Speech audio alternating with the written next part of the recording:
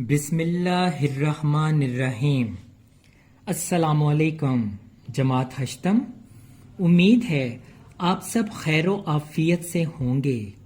کوشش کریں کہ آپ کی زندگی کا ہر لمحہ دوسروں کے ساتھ اچھا گزرے، کیونکہ زندگی نہیں رہتی لیکن اچھے لمحات اور یادیں رہ جاتی ہیں۔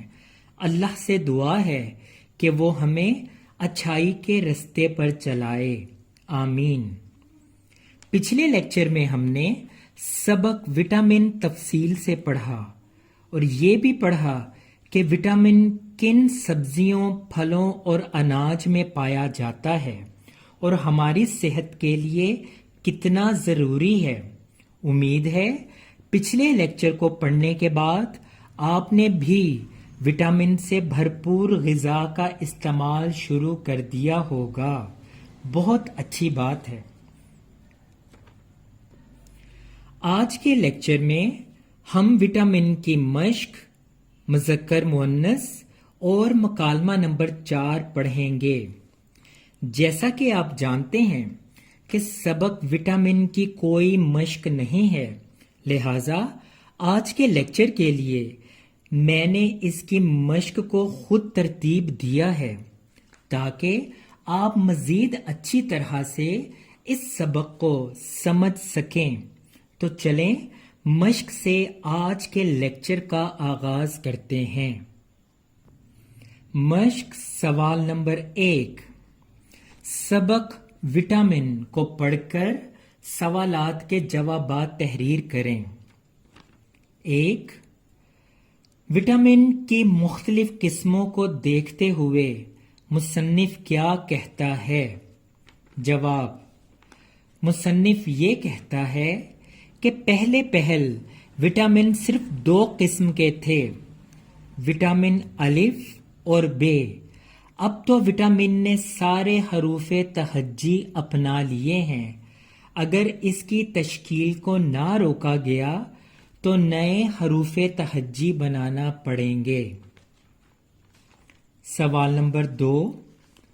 مصنف کو سب سے زیادہ نفرت کس چیز سے ہے؟ جواب: مصنف کو دنیا میں سب سے زیادہ نفرت وٹامن سے ہے۔ سوال نمبر 3۔ مصنف مہمانوں کی آؤ بھگت کیسے کرتا ہے؟ جواب: وہ مہمان جو وٹامن کے شوقین ہوتے ہیں، مصنف ان کی بڑی آؤ بھگت کرتا ہے۔ سبزی کے علاوہ انہیں پھل بھی کھلاتا ہے، انہیں سیب کا گودا کھلاتا ہے، خود سیب کے چھلکے کھاتا ہے، انہیں چاول کھلاتا ہے، انہیں چاولوں کے خول کھانے کو دیتا ہے۔ سوال نمبر 4۔ سیب کے کس حصے میں وٹامن پایا جاتا ہے؟ جواب: سیب کے چھلکے میں وٹامن پایا جاتا ہے۔ سوال نمبر 5۔ مصنف کے نزدیک ٹماٹر کی شکل کیسی ہوتی ہے؟ جواب: مصنف کے نزدیک ٹماٹر کی شکل بھولی بھالی ایک معصوم بچے کی طرح ہوتی ہے، دور سے بالکل کشمیری سیب یا آلو بخارا معلوم ہوتا ہے۔ سوال نمبر 6۔ مصنف نے اس سبق میں جن سبزیوں اور پھلوں کا تذکرہ کیا ہے، آپ ان کے نام تحریر کریں۔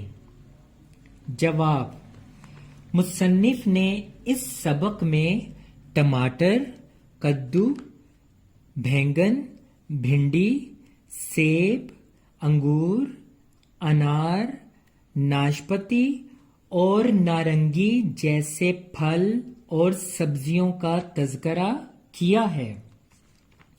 سوال نمبر 7۔ کریلے کی شکل کیسی ہوتی ہے؟ جواب نمبر 7۔ کریلے کی شکل بے ہنگم ہوتی ہے، میلا سبز رنگ، سڑے ہوئے جسم پر ہزاروں بدنما دانے جیسے کوڑھ یا چیچک ہو گئی ہو۔ سوال نمبر 8، بھنڈی کے بارے میں مصنف کی کیا رائے ہے؟ جواب، مصنف کے نزدیک بھنڈی کھانے کی نہیں بلکہ گوند کی طرح چپکانے کی چیز ہے۔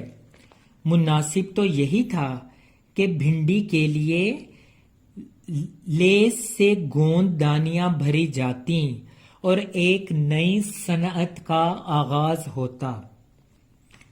سوال نمبر 9، وٹامن سبق سے ہمیں کیا درس ملتا ہے، سبق حاصل ہوتا ہے؟ جواب، وٹامن سے ہمیں یہ سبق ملتا ہے کہ ہمیں وٹامن سے بھرپور پھلوں، سبزیوں، گوشت اور اناج جیسی چیزوں کا استعمال کرنا چاہیے تاکہ ہمیں صحت ملے اور ہم صحت مند رہیں۔ سوال نمبر 10، مصنف کے نزدیک ٹماٹر کا ذائقہ کیسا ہوتا ہے؟ مصنف کے نزدیک ٹماٹر نہ تو سیب کی طرح میٹھا، نہ آلو بخارے کی طرح ترش، بلکہ اس میں ایک عجیب سا رس ہوتا ہے۔ اب آتے ہیں سوال نمبر 2 کی جانب۔ سوال نمبر 2 کچھ یوں ہے، سبق وٹامن پڑھ کر درج ذیل خالی جگہوں کو پر کریں۔ نمبر 1، وٹامن نہ ہوئے جان کے ڈیش ہو گئے۔ جواب، جان کے لاگو ہو گئے۔ نمبر 2، ڈاکٹر نے نہایت ڈیش لہجے میں کہا، متعین لہجے میں کہا۔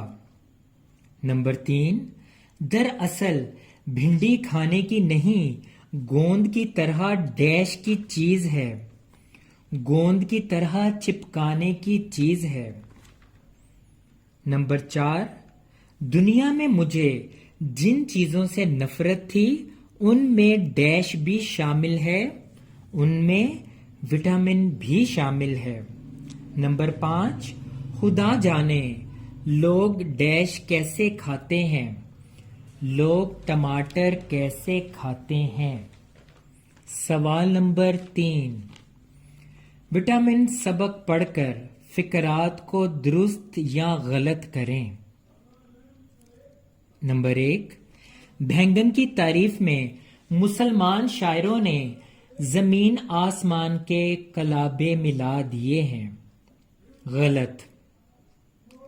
نمبر 2، بھنڈی شوربے کو لیسدار بنا دیتی ہے، درست۔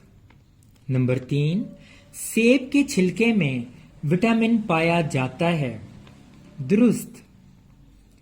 نمبر 4، ٹماٹر سیب کی طرح میٹھا ہوتا ہے، غلط۔ نمبر 5، بادام میں وٹامن نہیں پایا جاتا، غلط۔ سوال نمبر 4، درج ذیل الفاظ کو اپنے جملوں میں استعمال کریں۔ اصرار، طبیعت، شوق، نفرت، مطلق۔ میرے عزیز طلبہ، ان الفاظ کو آپ اپنی اپنی معلومات کے مطابق جملوں میں تحریر کریں گے۔ سوال نمبر 5، درج ذیل سبق سے لیے گئے الفاظ کے معنی تحریر کریں۔ پہلا لفظ ہے بروقت۔ بروقت کا مطلب اسی وقت، بے ہنگم، غیر موزوں، بھوندا۔ طویل و عریض، لمبا اور پھیلا ہوا۔ شیریں، میٹھا۔ صوبتوں، مصیبتوں۔ اندیشہ، خوف، خطرہ۔ مطلق، بالکل۔ ملاحت سانولا پن، قتلے ٹکڑے، متعین سنجیدہ حیرت انگیز، ملائمت نرم و ملائم، گیہوں گندم، آؤ بھگت کرنا خاطر مدارت کرنا، بھوسی چھلکے، اصرار ضد کرنا، کسی بات کو کرنے کے لیے زور دینا، کرخت سخت، سالم پورا مکمل، ترش کھٹا، تحلیق پیدائش، ٹھٹھرے ہوئے کانپتے ہوئے۔ سوال نمبر 6، اس سبق کا خلاصہ تحریر کریں۔ آپ نے میرے لیکچر کو غور سے سنا اور اس کتاب کو پڑھ کر آپ اپنے الفاظ میں اس سبق کا خلاصہ تحریر کریں گے، جو کم سے کم 1.5 اور زیادہ سے زیادہ 2 صفحات پر مشتمل ہو۔ اب چلتے ہیں مذکر مؤنث کی طرف۔ آپ کی کتاب اردو قواعد و انشاء کے صفحہ نمبر 13 پر بھی مذکر مؤنث موجود ہیں۔ ان کو بھی آپ نے یاد کرنا ہے، جو آپ کے پردہ اسکرین پر نظر آ رہے ہیں۔ ان کو سمجھیں اور یاد کرنے کی کوشش کریں۔ اب مکالمہ نویسی کی طرف آتے ہیں۔ آج کا مکالمہ نمبر 4، جس کا نام درزی خانے میں، اس کو پڑھیں گے، جو آپ کی اردو قواعد و انشاء کتاب کے صفحہ نمبر 81 پر موجود ہے۔ لہٰذا میں اس کو پڑھنا شروع کرتا ہوں۔ درزی خانے میں۔ اس کا منظرنامہ یوں تحریر ہے: حمزہ خالد اور حسیب خالد دونوں بھائی درزی خانے میں داخل ہوتے ہیں، ٹیلر کی دکان میں جاتے ہیں۔ حمزہ خالد: السلام علیکم۔ درزی یعنی ٹیلر: وعلیکم السلام، کہیے کیسے آنا ہوا، کہیں بھول تو نہیں پڑے؟ حمزہ خالد: آپ کی طبیعت کیسی ہے ماسٹر جی؟ درزی: شکر ہے اللہ کا۔ حمزہ خالد: ماسٹر جی یہ کپڑا لیجئے، میرا سوٹ تیار کر دیجئے۔ حمزہ کے لیے 2 شلواریں اور 1 قمیص تیار کیجئے۔ درزی: کس حساب سے خریدا ہے یہ کپڑا؟ حمزہ خالد: 200 روپے فی میٹر۔ درزی: میری قمیص کے لیے کتنا کپڑا درکار ہوگا؟ حمزہ خالد: 2.5 میٹر۔ یہ کپڑا 3 میٹر ہے، آدھ میٹر کی واسکٹ بنا دیجئے۔ درزی: جو ارشاد ہو، مگر زمانے کے لیے فیشن کا خیال بھی تو رکھنا پڑتا ہے نا؟ حمزہ خالد: ہمارے کپڑے کب تک تیار ہو جائیں گے؟ درزی: صرف 15 دن تک۔ آج پیر ہے، اگلے پیر چھوڑ کر آئندہ پیر کو آئیے، انشاءاللہ آپ کے کپڑے تیار ہوں گے۔ حمزہ خالد: ماسٹر جی پیروں کے پھیر میں نہ رکھیے، ہمارے پاس اتنا وقت نہیں ہے۔ درزی: فکر نہ کریں، ہمیں اپنے وقت کی بھی قدر ہے، کام آ رہا ہے اور ختم ہونے میں نہیں آتا، سچی بات بھی کہتے ہیں اور لوگوں کو وعدوں پر ٹرخاتے بھی ہیں۔ حسیب خالد: مگر ہمیں نہ ٹرخانا، ورنہ ہماری دوستی بھی ٹرخ جائے گی، یعنی ختم ہو جائے گی۔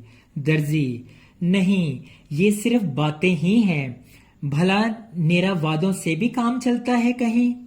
حمزہ خالد: شکریہ ماسٹر صاحب۔ درزی: دونوں جوانوں کی آمد کا شکریہ۔